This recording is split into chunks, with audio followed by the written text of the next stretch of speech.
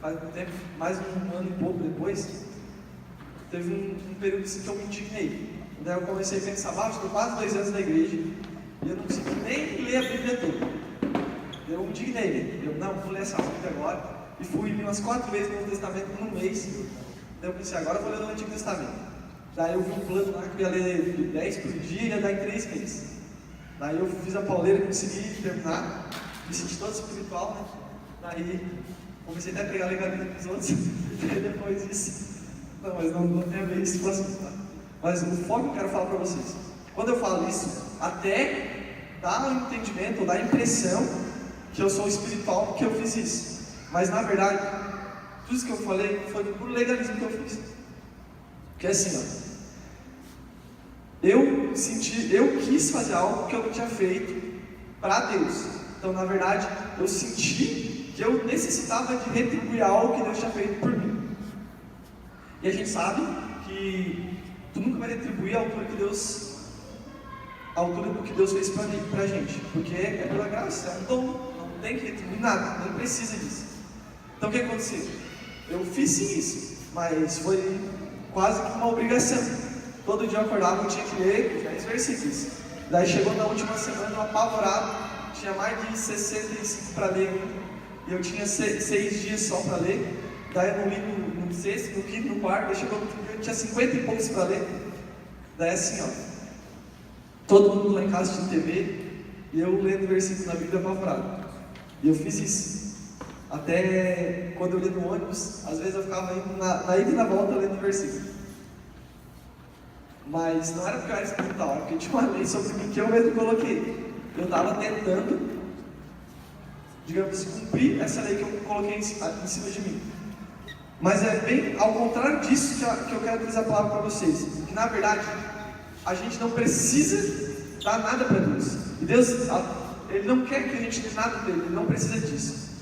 Mas Deus quer que a gente anseie de dar algo para Ele. Nosso coração anseia por isso. Na verdade, Ele nunca quis que eu fizesse isso. Mas o que Ele quer realmente é que tu anseie e tenha vontade de fazer isso. Até antes eu estava compartilhando na célula esse respeito.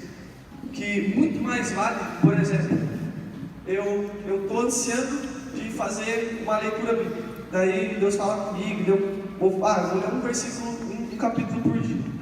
Daí, o que significa tu ansiar por isso e o que significa tu fazer por obrigação? O ansiar seria, se eu não ler hoje, quando eu chegar de noite, eu ansiar falar com Deus, eu ficava mal animado, eu não consegui, porque eu estava ansiado. E eu fazer por obrigação, vai ser no outro dia eu pegar e vou ler até 3 para cumprir os que eu não li hoje. Daí isso está fazendo por obrigação, daí tu criou uma linha em cima de ti. Na verdade, Deus não quer que a gente faça nada, Ele só quer que a gente anseie de fazer algo. Amém? Eu gostaria que vocês abrissem a palavra agora em Filipenses 1, 20, 21 e 29.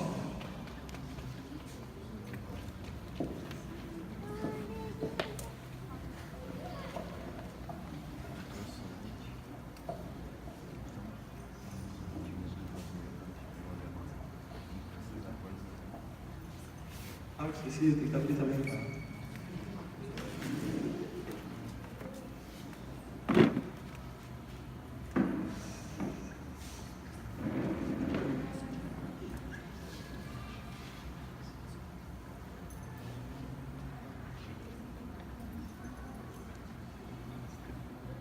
Amém. Outra vez em Paulo falando a respeito, testemunhando a respeito da vida dele, falando a respeito do que ele tinha no coração. Eu vou ler o 20, o 21 e o 29. Versículo 20. Segundo a minha intensa expectação e esperança de que em nada serei confundido. Antes, com toda confiança, Cristo será, tanto agora como sempre, engrandecido no meu corpo, seja pela vida ou seja pela morte. Porque para mim, o viver é Cristo e o morrer é lucro. E o 29. Porque a vós foi concedido, em relação a Cristo, não somente crer nele, como também morrer por ele. Amém? Então nesses versículos, Paulo está compartilhando a respeito da vida dele, e ele fala também a respeito de como a gente deve andar em Cristo. Amém? E eu quero fazer umas perguntas para vocês, para que a gente fale agora, continue falando sobre distrações. Eu saio um pouco disso. Assim, onde que é o nosso lar? Eu quero que o corajoso fale mais alto. Onde que é o nosso lar? Ah, tem uns 30 aqui, só um nega a mão e fala aí.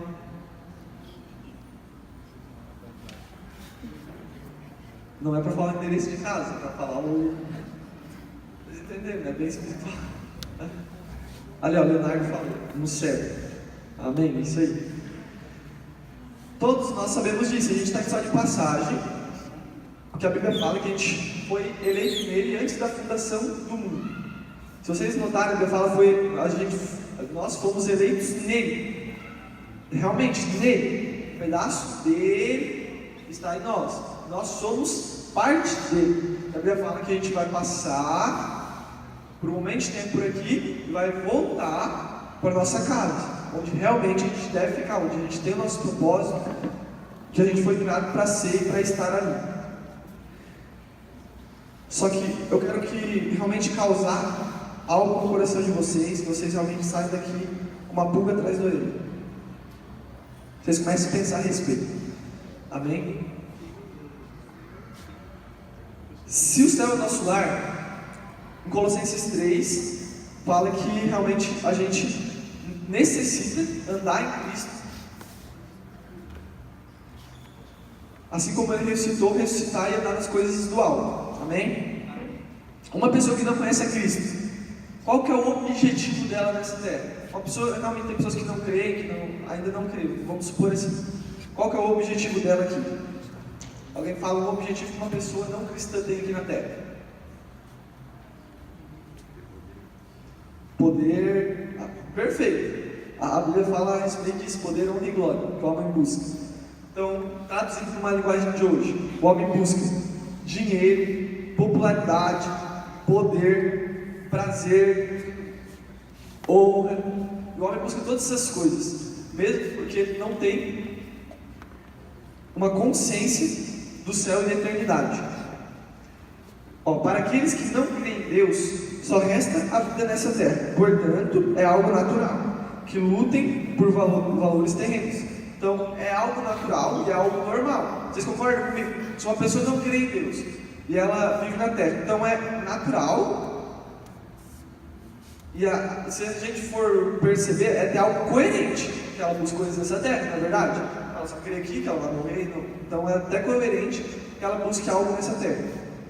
Só que Jesus disse uma parábola, que tinha um cara muito rico, que ele tinha um celeiro cheio de trigo, vou chutar, não lembro o que era, cheio de trigo assim, esse ponto. E daí ele estava apavorado, não cabia mais. E daí ele teve uma ideia que ele ia construir mais um celeiro e encher de novo. E quando enchesse os dois, ele ia descansar, ia falar consigo mesmo: ah, minha alma, agora pode descansar, eu não vou precisar mais trabalhar, vou ficar tranquilo.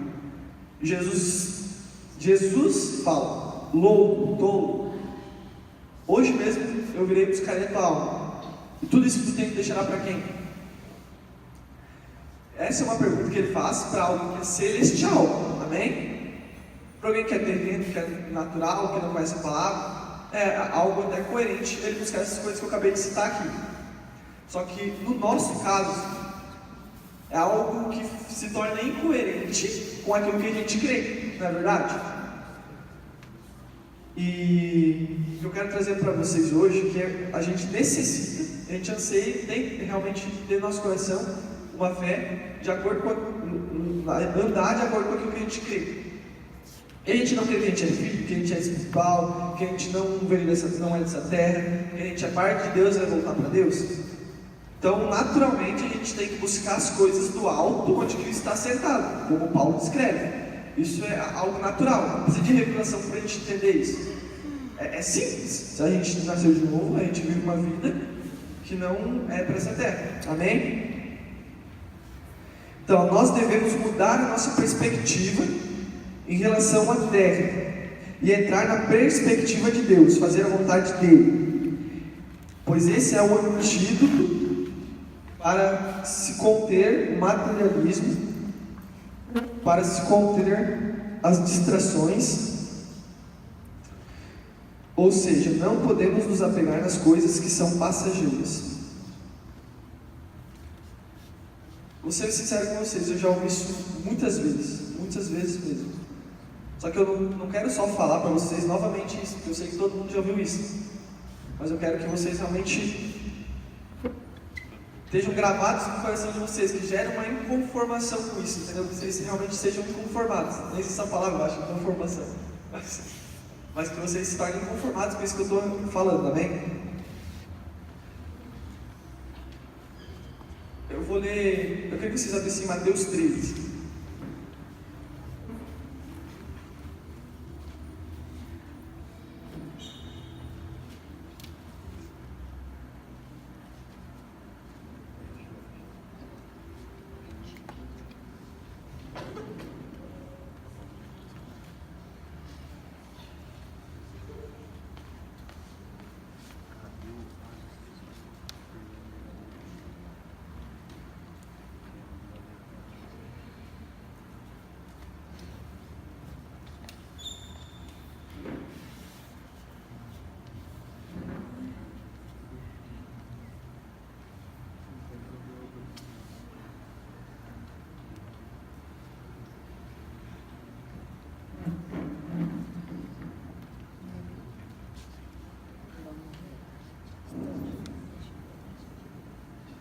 Amém? Antes de a gente ler, também eu queria falar a respeito de muitos se ouve hoje, até eu acho que na nossa congregação eu já ouvi, bastante pessoas falam que Cristo é tudo que a gente precisa. Quantos já ouviram isso? Cristo é tudo que nós precisamos. Eu já ouvi isso muitas vezes. Só que de certa forma isso está errado, que na verdade Cristo não é tudo que nós precisamos. E eu vi uma palavra que realmente me marcou bastante. Quando a gente crê dessa forma, a gente crê de uma forma incompleta. Na verdade, isso é realmente verdade. Ele é o que nós precisamos. Mas é uma verdade que não é completa. Porque Cristo, na verdade, é tudo que nós temos. A gente não tem nada fora dele. A Bíblia fala que Ele é a verdade. Logo, se a gente não tem Cristo, a gente não tem verdade. Então tudo que a gente vive é uma mentira, perfeito. Então se a gente não tem Cristo, logo a gente não tem caminho. Então, porque a Bíblia fala que Cristo é o caminho. Então a gente anda perdido. A Bíblia também fala que Cristo é a vida. Então se a gente não tem Cristo, a gente não tem a vida. Então a gente tem morte. Amém?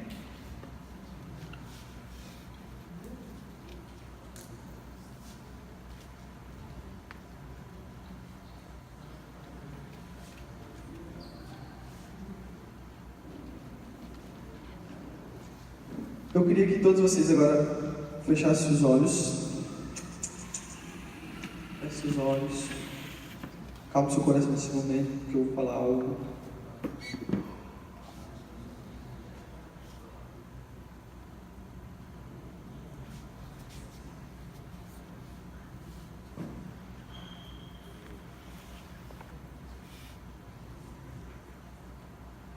Lá em Isaías 5, tem uma palavra.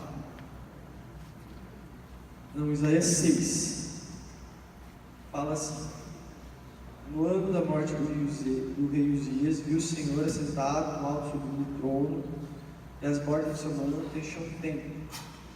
E ao redor dele havia serafins. Cada um deles tinha 6 asas, um dos voavam, um dos cobriam os pés, um dos cobriam o rosto.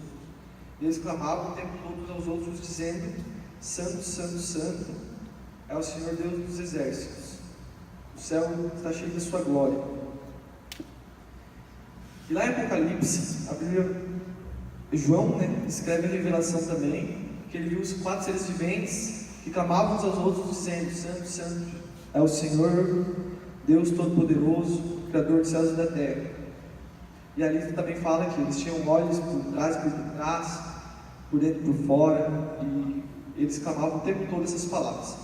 Agora eu quero que com os olhos fechados vocês pensem comigo. Se for, te coloque no lugar desses seres, ou dos serafins. Eles clamavam o tempo todo dizendo: Santo, Santo, Santo é o Senhor Deus dos exércitos.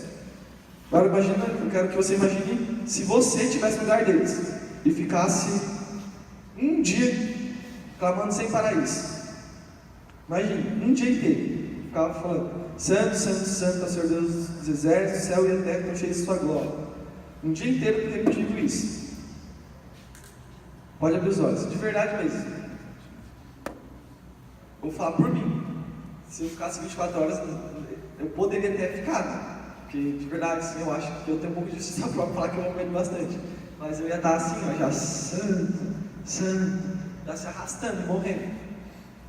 E hoje eu estava vendo uma palavra e eu entendi a respeito de por que esses seres foram criados para isso e fazem isso. Porque, na verdade, eles têm entendimento a respeito da glória de Deus. E é muito bacana que Apocalipse fala que esses seres, eles tinham olhos por todo o seu corpo, por dentro e por fora, e eles clamavam o tempo todo dizendo. Ou seja, eles tinham a possibilidade de enxergar quase que totalmente ou totalmente a glória de Deus.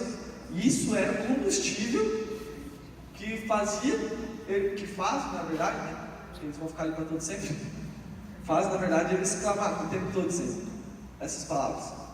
E isso realmente é verdade, porque às vezes que nós estamos louvando e tem aquele culto diferente, quando realmente sim, o Espírito Santo de Deus traz um arrependimento, todo mundo começa a quebrantar e chorar, como se fosse uma nuvem, realmente todo mundo sente aquela presença palpável. Eu já passei por isso, creio que todos vocês já passaram, foi na conversão, um outro momento, e parece que nesse tempo tu não se preocupa com o horário, né? Tu fica ali, não está nem aí para outras coisas, tu fica tranquilo.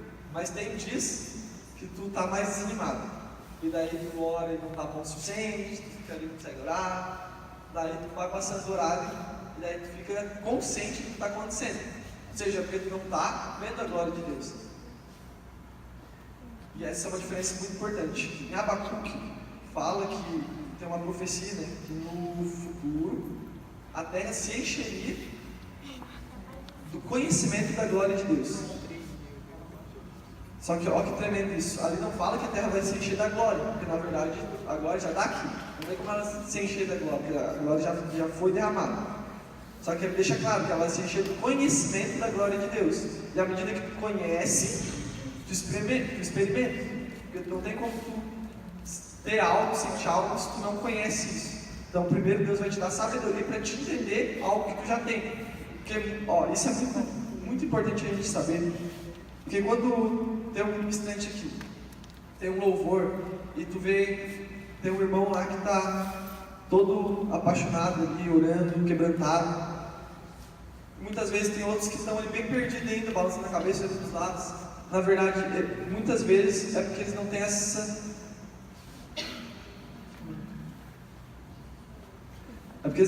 conhecimento, né? Que eu estava falando comigo lá de trás, tá? Perdão, eu estou louco. Eles não têm esse conhecimento da glória. Na verdade, à medida que tu anda com Deus, tu vai conhecer. Quanto mais conhecimento tu tem, mais tu vai ser transformado, mais tu vai ansiar por isso.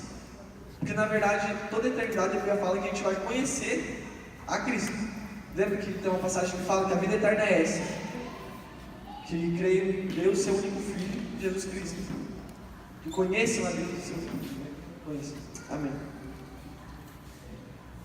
Tem mais uma coisa que agora eu vou falar, calma aí, não se fala hora.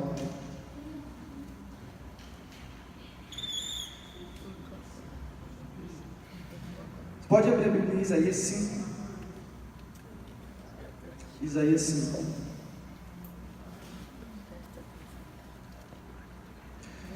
Do 10 e 11 só. Isaías 5, 10 e 11.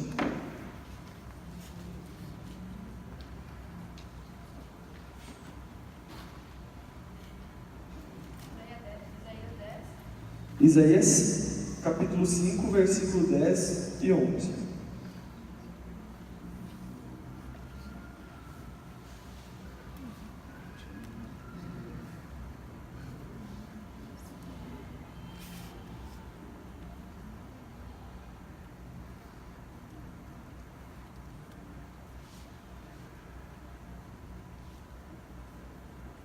Não, o 11 e o 12. Eu vou ler para vocês. Ai dos que se levantam pela manhã e seguem a bebedice, e se demoram até a noite, até que o vinho os esquenta.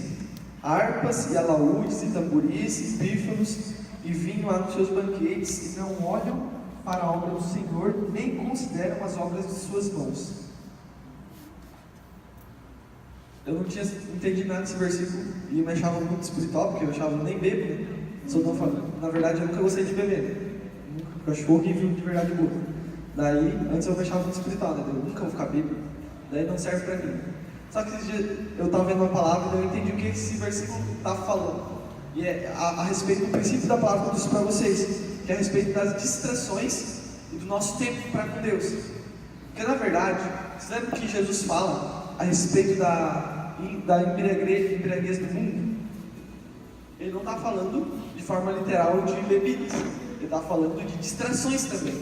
No grego é a mesma tradução para essa palavra, só que aqui está em hebraico, mas é a mesma tradução.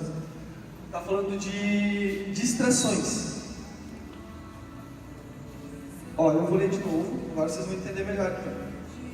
Ai dos que se levantam pela manhã e seguem a bebedice, e se demoram à noite, até a noite, até que os esquentas. Tocam harpas, alaúdes, tamboris, pífanos, têm vinho nos banquetes, não olham para a obra do Senhor, nem consideram as obras de suas mãos.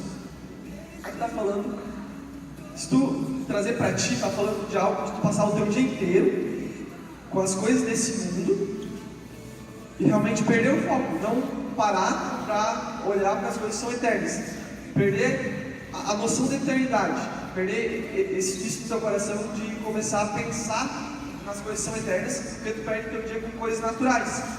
E aqui fala isso, mas Cristo sempre no Novo Testamento ele usa o termo bebedice, o termo embriaguez para falar umas coisas desse mundo, as coisas que são naturais e que realmente só são algo para distrair o nosso crescimento em Cristo.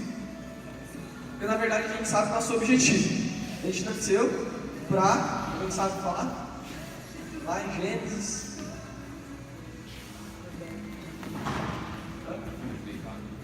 Amém? Que isso aí multiplicar, perfeito.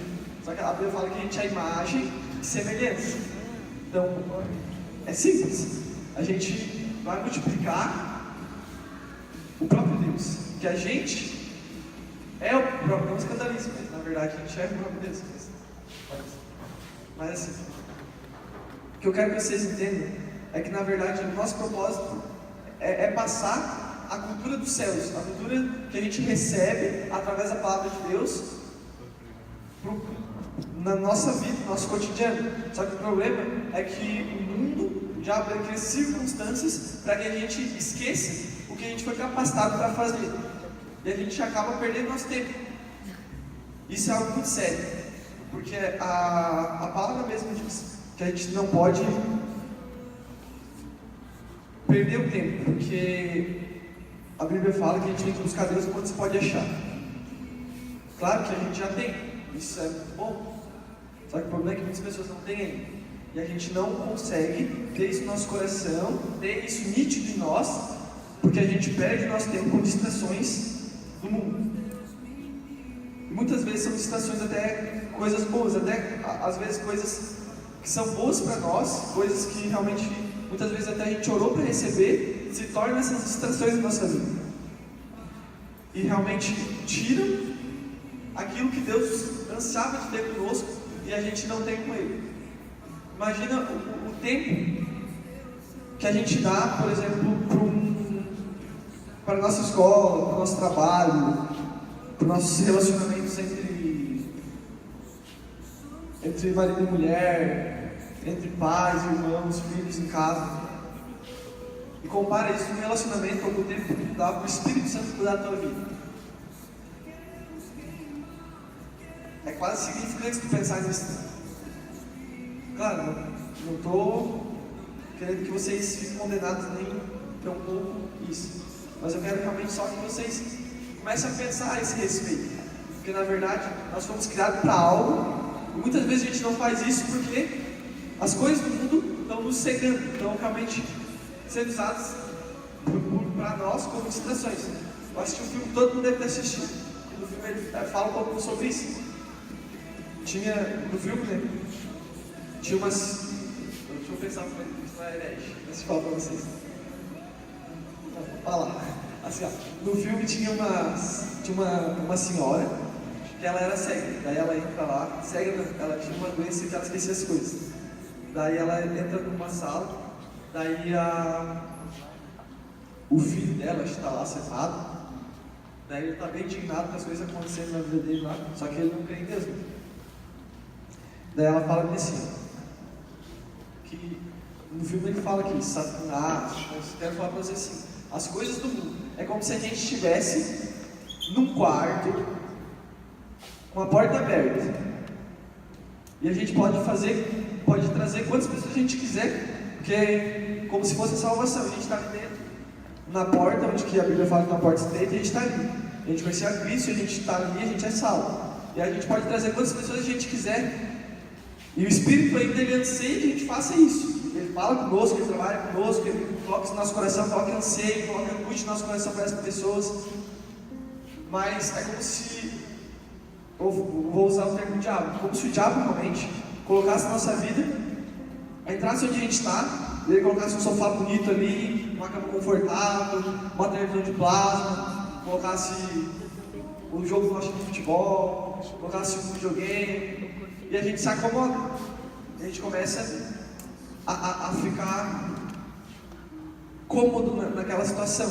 Só que a gente, sem perceber, tudo isso vira distração e a gente perde de cumprir o propósito que Deus nos instituiu para fazer, por causa das distrações, que às vezes são coisas simples, só que tiram o nosso foco totalmente.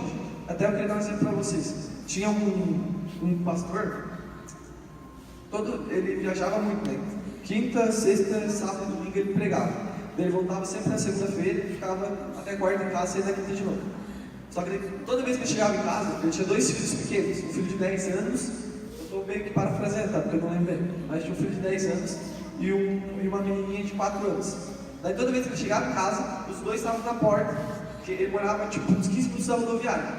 Daí quando ele estava chegando, quando ele chegava, ele avisava a mulher dele que estava chegando, da mulher dele ia buscar. Daí quando ela saía, os filhos dela já sabiam que ela ia buscar ele, toda semana acontecia isso, eles ficavam na porta esperando ele. Daí toda vez que ele chegava, eles abraçavam ele, ficavam com ele. E ele gostava muito disso, de sentir o carinho dele, de sentir a presença deles, de estar junto. Só que um dia, quando ele recebeu um salário bom, ele resolveu dar um presente pro filho dele. Daí ele foi na loja e comprou um PlayStation 2, falando, mas bastante tempo. O filho dele ficou facete, né? Pulava igual um cabritinho. Com 11 anos, já tinha feito 11 anos, e todo facete naquele videogame. O pai dele falou que ele se sentiu a pessoa mais feliz do mundo. Ele ficou muito, agradeceu, ele beijou o pai, ele ficou facete de nada daquilo. E o pai se sentiu muito feliz por isso. Mas o que aconteceu? Passado algumas semanas, quando ele voltava em casa, tinha mudado a situação. Ele chegava em casa, só estava a filha dele na porta, esperando ele. Daí ele chegava assim, daí chamava o filho dele pelo nome, que eu não lembro agora. Daí o filho dele falava, pai, peraí, só vou passar essa fase e já foi. O que aconteceu? Uma coisa que era uma coisa boa, se tornou uma distração, que tirou ele de ter comunhão com o pai dele. Isso naturalmente falando. Ou seja, isso fala claramente sobre distrações que a gente tem no mundo. E muitas vezes não são coisas que são consideradas proibidas, porque na verdade, quando a gente está na graça, a gente sabe que Paulo mesmo fala que não luas de sábados e coisas, nada disso importa, porque a gente conhece a Cristo e tudo aquilo era sombra das coisas que eu vi de vir. A gente sabe disso, só que o problema é a gente crer em algo que vai nos distanciar desse propósito, coisas que vão fazer a gente ter distrações. Então, só para encerrar, agora eu queria falar então mais um exemplo também. A Bíblia fala, porque muito provavelmente acontece isso muitas vezes também, a gente perde muito tempo tentando buscar Deus, e como a gente acha que Ele não vem ou não funciona, a gente desiste. Só que a Bíblia deixa claro que Deus Ele não dificulta nada. A Bíblia fala que Ele, na verdade, Ele está mais perto do que a gente imagina. A Bíblia fala. É como se fosse seja brincar de esconde-esconde com irmãos, ou com sobrinhos, ou com bebês de 2, 3 anos de idade. Na casa tem bastante criança, então eu já fiz isso. Então funciona basicamente assim. A gente vai brincar de esconde-esconde e eu falo assim, agora é minha vez, é a vez delas se esconder. Eu converso com elas e falo um lugar bem difícil para se esconder, porque eu não acho. Daí eles vão se esconder, mas na verdade eu sempre acho, porque eu conheço a casa é minha, que mora ali, sei de todas as coisas, então eu sempre acho eles, não tem problema nenhum. Mas quando eu vou me esconder, eu sei que eles têm dificuldade de me encontrar, então o que eu faço? Eu me escondo num lugar fácil para ser achado. E da mesma forma, Deus com a gente.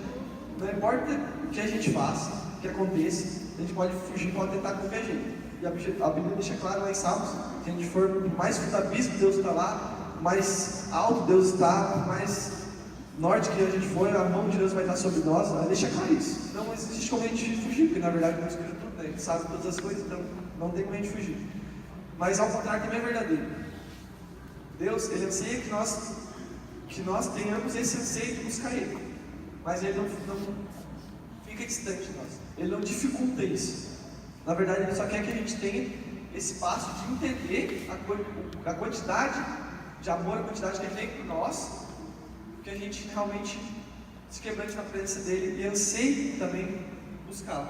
Na verdade, Ele não quer que a gente faça, Ele quer que a gente anseie. Porque Cristo Ele veio e trouxe a graça, e a gente sabe que a graça é muito superior à lei. A graça não fala de coisas que a gente deve ou não fazer. Muito pelo contrário, ela fala de coisas que a gente deve ou não pensar e ter no nosso coração e sentir. Amém? A palavra ficou um pouco confusa, porque na verdade eu queria falar bastante coisa para vocês, mas no fim era a respeito disso mesmo, que a gente deve levar em consideração e começar a pensar, ter esse discernimento de que muitas coisas têm nos tirado do nosso propósito em Deus, tirado do nosso objetivo de fazer discípulos, de pregar, de construir uma família para Deus, de colocar pedra sobre pedra, de acrescentar realmente a casa de Deus, que é a igreja. E são coisas aparentemente boas. Em nome de Jesus eu oro para que realmente o Espírito venha estar nos falando nesses dias, que a gente venha realmente estar entendendo isso, que a gente possa tomar posição a respeito de muitas coisas. Amém? Vamos todos colocar de pé para encerrar? O Jonathan poderia vir aqui, por favor.